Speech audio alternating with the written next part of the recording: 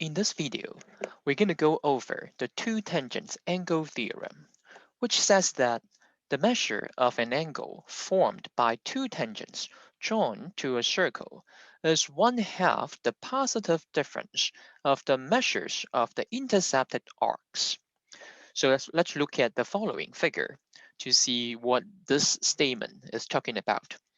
Now, in this figure, we have a circle and there are two tangents drawn to the circle. Those two tangents intersect with each other at the point A. So what we're going to prove is going to show that the measure of the angle BAC is equals to 1/2 of the positive difference.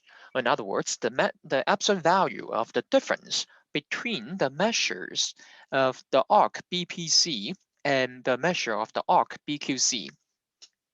Now from the figure, we see that the arc, which is closer to the point A, is a minor arc. On the other hand, we observe that the arc, which is farther away from the point A, is in fact a major arc. So if we like to take away the absolute value sign, what we could do is rewrite the expression as the measure of the arc of BQC subtract the measure of the arc BPC. So we could take away the absolute value sign in such a fashion. Now let's try to look at the proof. In fact, we're going to make use of the characterization of the tangent line again. So recall that in the previous video, we have shown that the tangent line is going to be forming a 90-degree angle with the radius at the points of tangency. Now, what we're going to do is going to denote the center of the circle as point O. Then specifically, we observe that the radius or the radii at those 2 points of tangency are going to be forming some right angle with the corresponding tangent. And by drawing those tangent line, by drawing those two radii, we form a quadrilateral ABOC. And we call that the angle sum of the interior angles of a quadrilateral will have to be 360s. So what we could do is making use of this fact in computing the measure of the angle BAC. Hence, we could proceed the proof as following. The first observation is just what we have mentioned.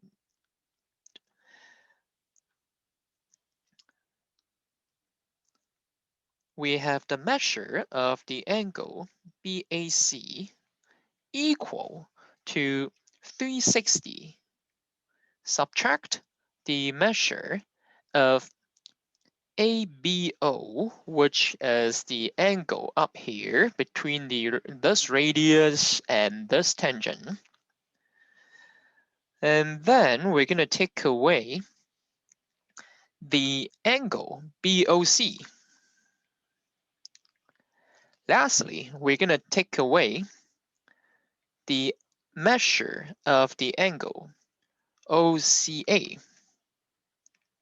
So if we take away the measures of those three angles, which are all interior angles of the quadrilateral that we have had up there, then what we're left with is going to be the measure of the angle BAC. Hence, we have this equality with us. Now, the observation is both the measures of those two angles, ABO and ACO, are 90 degrees. So we could simplify the equality to be 360 minus 180 minus the measure of the angle BOC.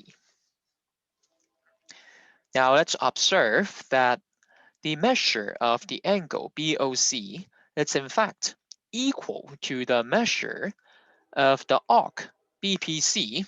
Hence, we could further transform the expression into 180, which was the difference between 360 and the other 180. And the measure of that angle, it's going to be replaced by the measure of the arc BPC. Now, what we're going to do is going to be do some algebraic manipulation. Well, the first observation is if we factorize a 1/2 from both of those two terms, then what we will end up with is going to be 360 degrees subtract the double of the measure of the arc BPC. But at this point, what we could do is regroup. What we could do is regroup those two terms.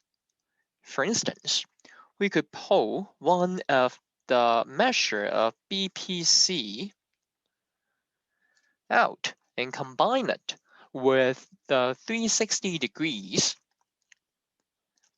and we could keep the measure of the arc of PPC and another measure of the arc on its own.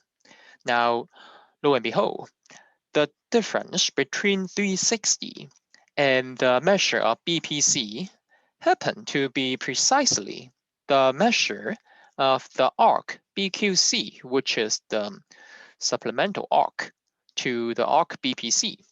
Hence, the difference between the first two terms could simply be replaced by the measure of BQC.